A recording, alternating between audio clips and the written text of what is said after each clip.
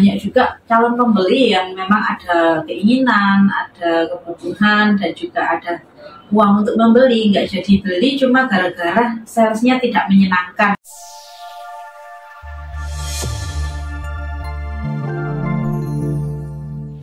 Assalamualaikum warahmatullahi wabarakatuh. Halo semuanya, sahabat Semanggi. Hari ini kita mau bedah buku karya Bapak Mugi Artiningsi. Bapak Mugi ini Bapak kan ya, Mugi Artiningsi.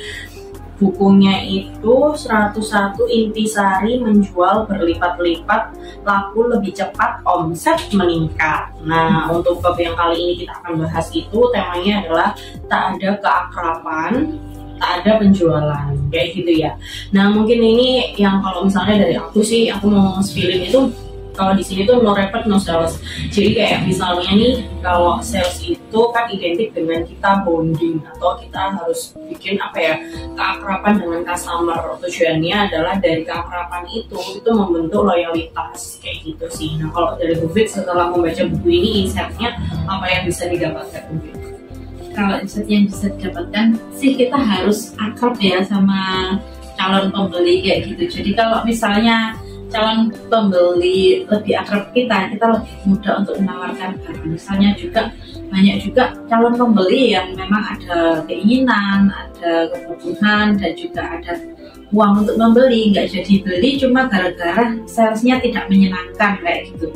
Jadi di situ juga pentingnya keakraban yang dimiliki oleh seorang sales. Ada juga bukan kemungkinan mereka memang ada daya beli tapi nggak ada ketertarikan, tapi dengan salesnya akrab, menyenangkan saat diajak bicara, akhirnya mereka mau beli ke kita. Jadi menurut saya keakraban di sini dengan pembeli itu sangat-sangat penting sih. Lebih tepatnya kalau misalnya kita sudah dekat gitu kan ya. Kalau misalnya case on the case, biasanya kan kita yang kita pernah alami itu kan, kalau misalnya kita apa ya, gak dekat sama customer itu biasanya sulit untuk menggali informasi, ya nggak sih? Makanya kenapa kita itu butuh yang namanya pendekatan dengan customer. Entah itu pendekatan itu yang kita bisa dari personally, atau misalnya pendekatan yang mungkin diadaptasikan dari perusahaan. Misalnya kayak gini, kalau misalnya dari perusahaan itu kan dia kayak misalnya ada momen-momen tertentu kayak pembukaan cabang, kita kasih gift kayak gitu, itu kan juga salah satu mendekatkan kita kepada klien kita. Tapi kalau misalnya secara personally, itu mungkin kayak yang dilakukan Buffett, kayak misalnya nih Buffett lihat statusnya beliau yang mungkin beliaunya lagi berduka kayak gitu loh, kemudian beliaunya lagi mungkin bahagia, Buffett terus komen tuh di statusnya kayak misalnya, oh Pak sedang ini ya, sedang masuk rumah sakit ya,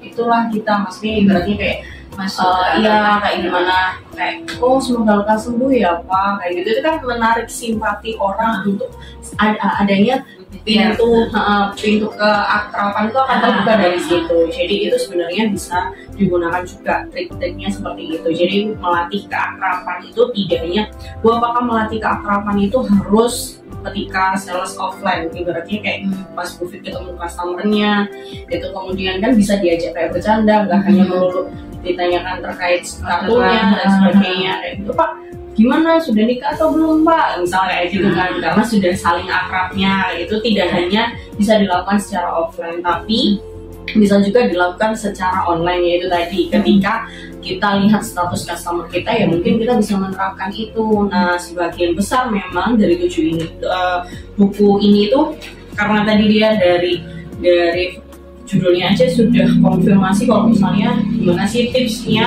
agar menjual berlipat-lipat. Nah, dari cara bonding yang kita tadi itu kita bisa mendapatkan omset yang mungkin sekarang orang coba-coba, tapi ketika dia sudah merasa dekat sama Buffett dan sudah tahu kualitas kartu kita, misal kayak gitu kan, otomatis dia akan reputation ke Buffett kan, kayak gitu. Ada nggak sih case khusus Buffett atau dari Buffett sendiri ada pengalaman kan selama ini handling sales nih ya, ibaratnya sering ketemu sama customer, ada nggak sih dari Buffett yang akhirnya oh iya Bu, itu pernah saya terapkan, case-nya kayak gimana? Iya, waktu itu saya pernah juga sih kedua customer, misalnya salah satunya Pak Izar kayak gitu ya.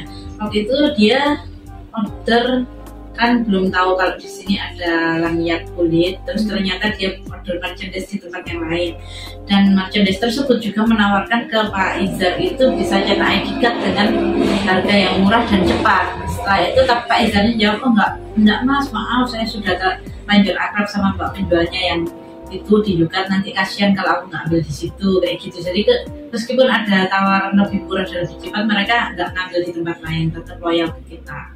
Oke, salah satu bentuk bondingnya yang sudah Ibu kasih ke Pak Izar itu bonding yang seperti apa? Itu bonding lebih memprioritaskan, misalnya kayak oh alamatnya di sini, aku buka ini Pak, buka ini di situ.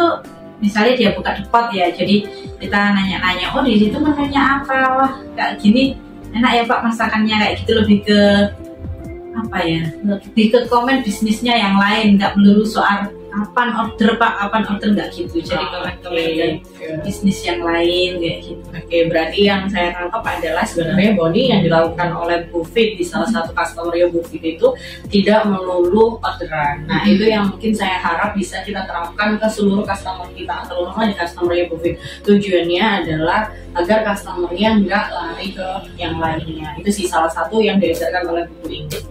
Nah, mungkin kalau misalnya udah buku kita cukup sampai di sini, kita akhiri. Next kita ketemu lagi dan bye-bye.